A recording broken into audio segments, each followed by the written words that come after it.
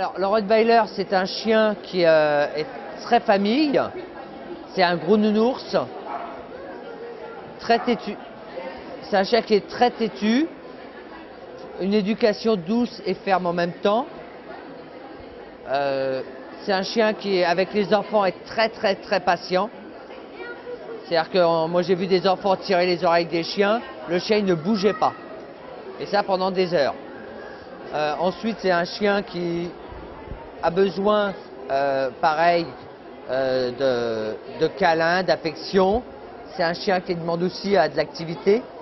C'est-à-dire que si c'est pour rester dans un appartement pendant 8 heures d'affilée, c'est pas la peine pour eux. Ensuite c'est un chien qui on l'appelle la force tranquille.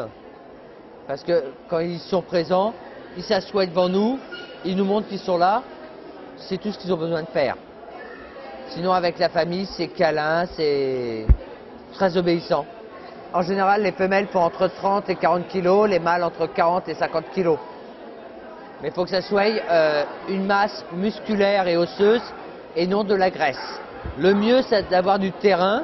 Mais il faut aussi avoir du temps pour aller les promener dans les chemins, en ville, dans les bois, qu'ils puissent aller courir. Parce que le terrain, le chien il va connaître le centimètre carré en une journée. Voilà, parce que si on laisse un chien, quelle que soit la race, dans un jardin toute la journée, le jour où on le sort dans la rue, ou que le chien sort tout seul dans la rue, tout ce qu'il ne connaîtra pas, c'est-à-dire les voitures, les vélos, les gens, il ne les connaîtra pas. Pour lui, ça voudra dire danger. Et un chien, soit il se sauve devant un danger, mais si on la laisse, que le chien ne peut pas se sauver, il va attaquer pour se défendre. Donc là, que ce soit un Rottweiler, un Shetland, un Yorkshire, ils agiront tous de la même manière. C'est pour ça qu'il faut vraiment tout chien les sortir en ville pour bien les socialiser. C'est un chien qui est considéré par nos lois chien de 2e catégorie. Donc il y a des normes à respecter au point de vue des promenades et des détention.